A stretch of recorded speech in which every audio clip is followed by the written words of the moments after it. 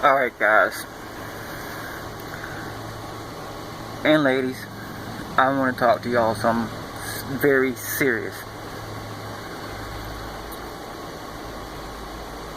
The arrest ain't really my issue with this whole situation I'm going through right now.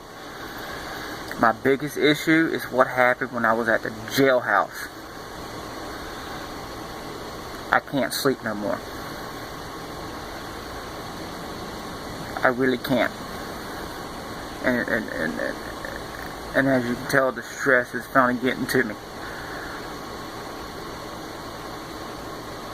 When they were booking me, they asked me what my job was.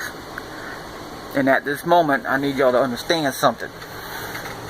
I'm already agitated because, as y'all saw in the arrest, the officer clearly stated that I did nothing wrong. Did not commit no crime. So, and I've already looked into South Carolina laws. Nowhere in there does it say I have to show my ID. Unless I'm driving or it's during a state of emergency. Other than that, the only way they're going to get my ID is if they arrest me. So he had to come up with an idea to arrest me. So he used disorderly conduct. Can't be disorderly conduct because I have serious anxiety issues. What does that say? Take 1 tablet by mouth twice a day for anxiety. Anxiety.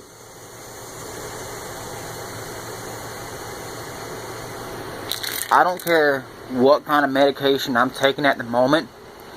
When a situation gets too hostile for me, or I feel like I'm getting violated in any way, I go straight off the deep end. And there's nothing I can do about it. I can't stop it. I was going to go see a psychiatrist about it. I can't stop it. So I'm thinking I might have a disability on that one. But that's besides the point. Y'all saw the video. I wasn't being disorderly. Disorderly is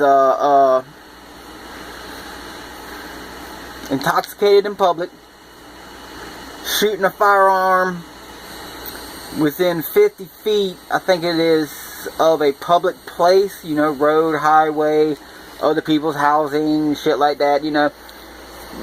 Just being a dick. If you're within 50 feet of some other place, man, don't fire a damn gun. That's just being a dick.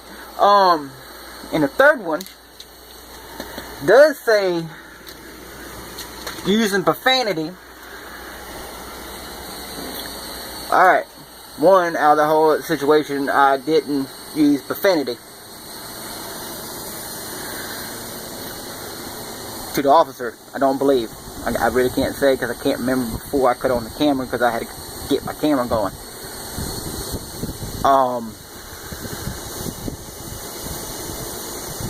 Damn, I lost track. Sorry. The only reason I'm able to talk to y'all right now is because I am highly medicated. I couldn't sleep last night. The night before, the night after, and before that too. So since I can't out of jail, I really can't sleep no more. And we're getting to that. We're getting there. So he couldn't get me. Technically, he wasn't allowed to get me for disorderly because even though it says profanity on it, and it's also my First Amendment right, as long as I'm not threatening him or anything like that. But it does say within earshot of a school or a church. None of those around. Yes, I'm doing my YouTube thing. Make sure you don't get bad looking stuff in the house. That's why I'm using this wall. You're missing.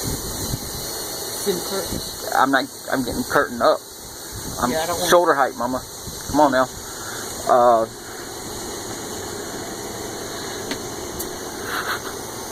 Yeah, tiny home sucks, man. In some situations, tiny homes suck. I love my tiny house. Don't bother me. I'm still working on it. Alright, so, covered that I didn't have to show my ID. Covered what disorderly conduct truly is. So, false arrest. Back to the point on hand. When I was at the jailhouse, Effingham's jailhouse here in Florence, South Carolina, during booking, she was asking me questions, and some questions I didn't want to give her because I don't want them to know anything about me, because I don't want them harassing me at home. We all know they do it.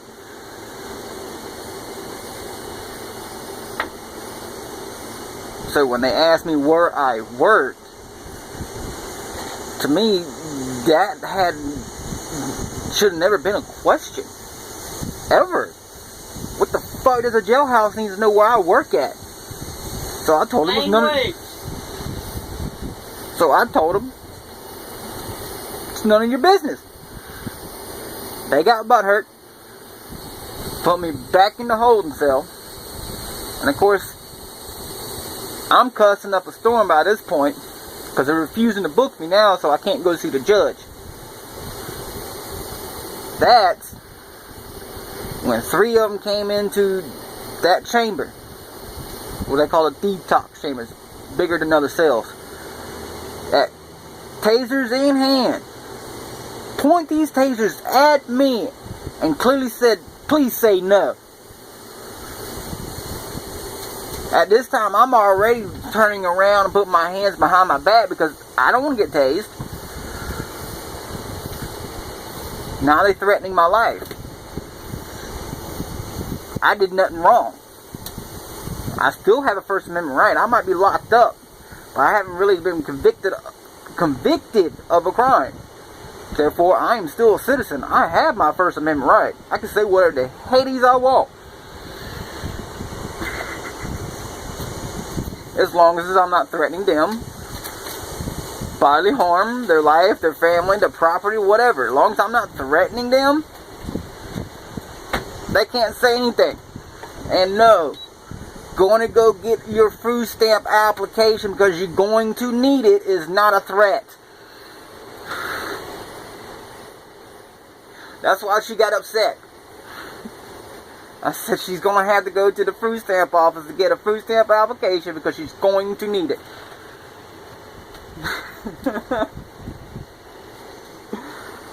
I didn't threaten her livelihood. I didn't say her job. I just said she's going to need it. She's getting welfare anyway. Well, we know she's getting welfare because we're paying the taxes. We understand that. But what they did to me after the taser point when they put me in handcuffs, they said take him to lockup and strip him down. So they took me to max lockup, stripped me down to my birthday suit, and held me in a cell with no mat in it, no blanket, for 11 hours. Supreme Court has ruled that just a solitary confinement as punishment is a form of torture. But in their rules, our rules here in South Carolina, it clearly states that a strip cell shall not be used for punishment. Clearly, in their own rules and regulations and crap for the jailhouses, they broke it because I would not answer their questions. And when they finally let me out in the next morning at 6 o'clock to book me so I can go in front of the judge, they said, well, look, he's all compliant now. What changed? And I told them, well, when you get your rights taken away illegally and get tortured, it does something to your mind. So when they got me back through the booking, I answered all the questions because I didn't want to go through that shit again. So now I'm under duress, giving answers under duress. And when they asked me, are you suicidal? After the fact, they put me in there now. So they didn't even ask this question by this point yet. Are you suicidal? I said no. And she asked again, sir, I need you to think about this. Are you suicidal? I looked at her and said no. So by the time I get out, and I called the major up there, he said he's going to look into it. He was very polite about it. He asked the same thing. Sir, were you suicidal? And I told him the story of her asking the same question. And then still, the answer is no. Then he asked, were you trying to harm other people or yourself? I answered again, no. And that's when he said he will look into it. And that was Thursday, so I give him a little bit of time to go through the footage. Shouldn't be that hard. But that's the whole situation. That's why I'm going through all this court case and everything. That is a serious issue that needs to be solved here in Florence County. These people not only need to be fired from the jailhouse who gave that order, but everybody who followed it should get fired too. Well, you do. This ain't Nazi. You do know Effingham used to have federal prisoners in their jailhouse, and they got taken away and put in Darlington County because they found out they was mistreating the federal inmates. So they already got prior issues of how they treat their inmates. Effingham is the #1 worst jailhouse in South Carolina. You hear this, and this is where I live.